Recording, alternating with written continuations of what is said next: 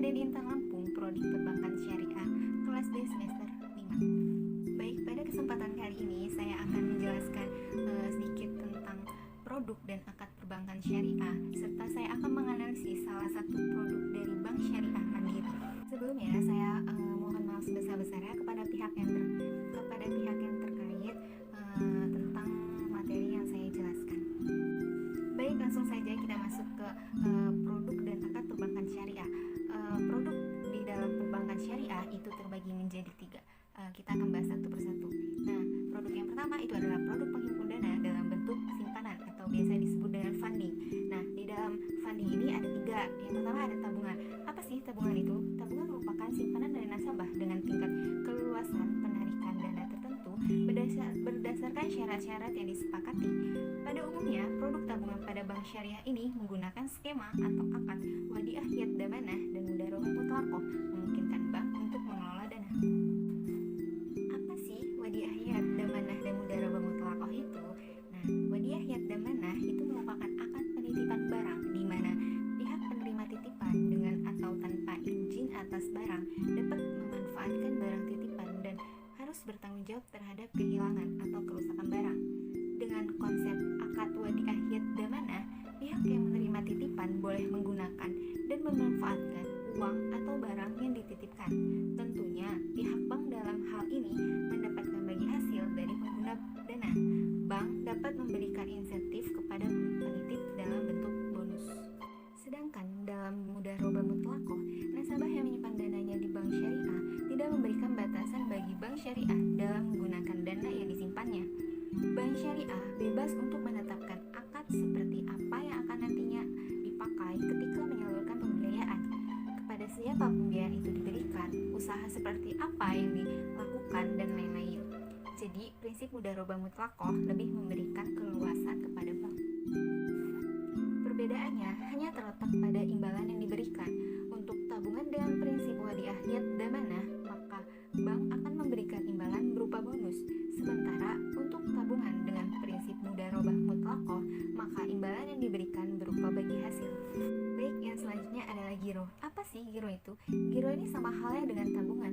Giro pada bank syariah juga menggunakan prinsip wadiah yad damanah, namun tidak menggunakan akad mudarobah mutlaqah.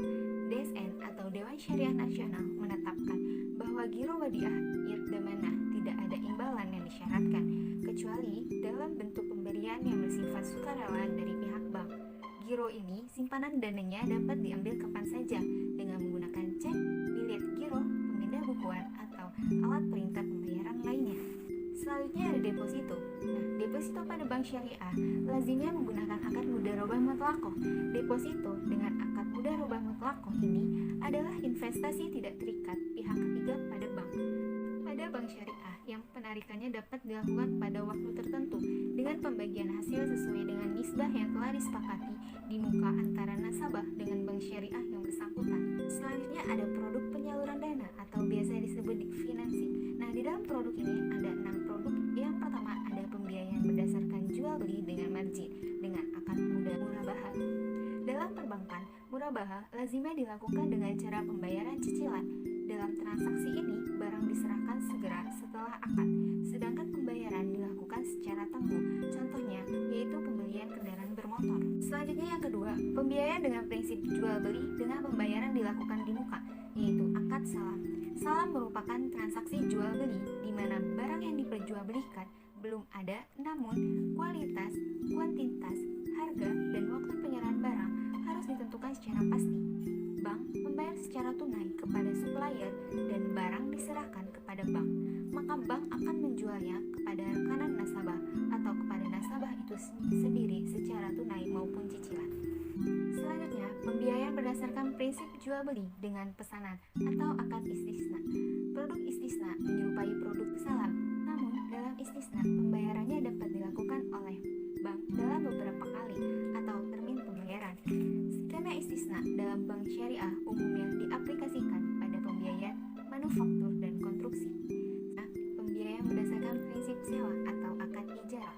Nah, pada pembiayaan berdasarkan prinsip sewa, apabila pada akhir masa sewa, bank dapat mengalihkan barang yang disewakannya kepada nasabah.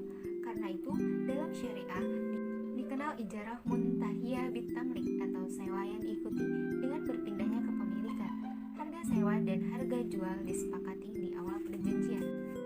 Selanjutnya yang kelima ada kemitraan dengan akad musyarakah. Transaksi musyarakah adalah sebuah bentuk usaha yang melibatkan dua pihak atau lebih, di mana mereka secara bersama-sama memadukan seluruh bentuk sumber daya baik yang berwujud maupun tidak berwujud.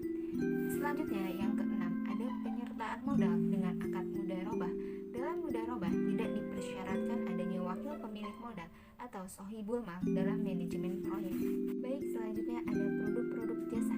Di dalam produk-produk jasa terbagi menjadi 6. Yang pertama ada pengambilan utang piutang dengan akad hiwalah. Hiwalah adalah transaksi pengalihan utang piutang. Dalam praktek perbankan syariah, fasilitas hiwalah lazimnya untuk membantu supplier mendapatkan modal tunai agar dapat melanjutkan produksinya. Selanjutnya yang kedua, pelimpahan atau gadai dengan akad rahan. Pelimpahan atas suatu kekuasaan atau barang oleh nasabah kepada bank untuk mendapatkan sejumlah dana atau uang, dan oleh karenanya bank berhak atas sejumlah imbalan. Yang kedua, ada pinjaman uang dengan akad qard. Aplikasi qard dalam perbankan adalah untuk pinjaman talangan haji, di mana nasabah talangan haji diberikan pinjaman talangan untuk memenuhi syarat penyetoran biaya perjalanan haji. Nasabah akan melunasinya sebelum keberangkatan naik haji. Selanjutnya ada perwakilan dengan akad wakalah. Wakalah merupakan pelimpahan kekuasaan atau pekerjaan dari nasabah kepada bank, dan atas jasanya tersebut bank berhak meminta imbalan tersebut. Contohnya transfer uang atau pembukaan LC. Selanjutnya peminjaman dengan akad kafalah. Produk di perbankan yang menggunakan skema kafalah adalah produk bank garansi. Dalam kafalah terdapat pengalihan tanggung jawab nasabah kepada bank, dan atas jasanya bank berhak meminta imbalan. Contohnya kafalah digunakan dalam produk kartu kredit syariah. Kemudian ada titipan dengan akad wadiah.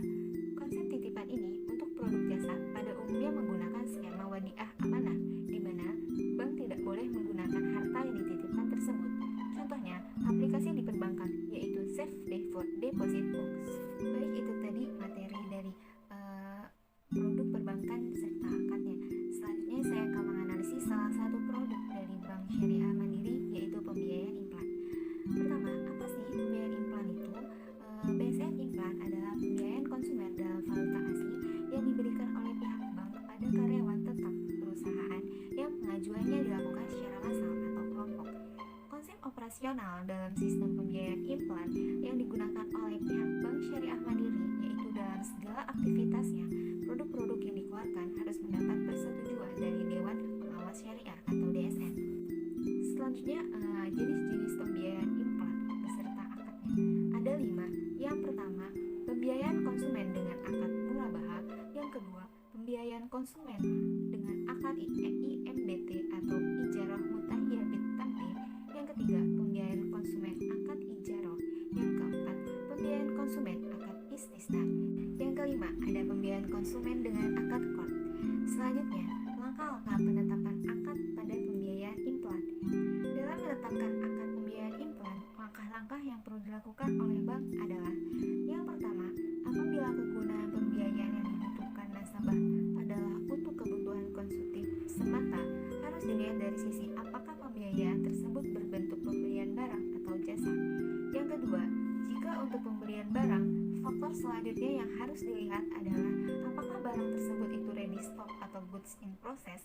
Jika ready stock, pembiayaan yang diberikan adalah pembiayaan murabahah. Namun, jika berbentuk goods in process, yang harus dilihat berikutnya adalah dari sisi apakah proses barang tersebut memerlukan waktu di bawah 6 bulan atau lebih. Jika di bawah 6 bulan, pembiayaan yang diberikan adalah pembiayaan salam.